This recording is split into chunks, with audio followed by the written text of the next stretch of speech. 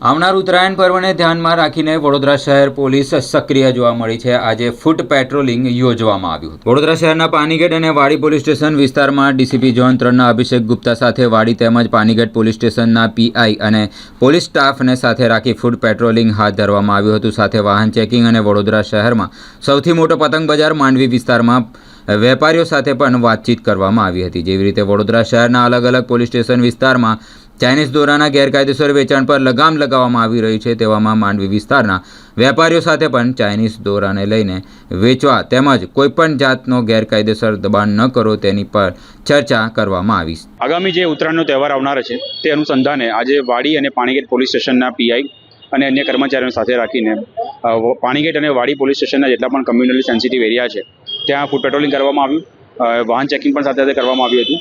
અને જે ગેંડી ગેટથી માંડવી સુધીનો જે પટ્ટો છે જ્યાં જે ઉત્તરાયણના કારણે જ્યાં પતંગ અને દોરી વધારે પડતા વેચાતા હોય છે તો ત્યાં પણ દુકાનદારો સાથે ચર્ચા કરવામાં આવી અને રોડ ઉપર જે દબાણ હતા તે દબાણને દૂર કરવામાં આવ્યા।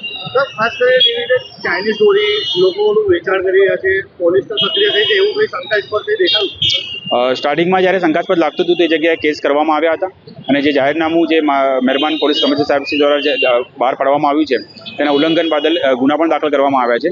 અત્યારે પણ તપાસ ચાલુ છે અને અમે ગુપ્ત રીતે તપાસ કરી રહ્યા છીએ। જો ક્યાંય પણ ચાઇનીઝ દોરી, ચાઇનીઝ સુકલ, ગ્લાસ કોટેડ દોરી મળી આવશે તો જરૂરથી આગળ યોગ્ય કાર્યવાહી કરવામાં આવશે।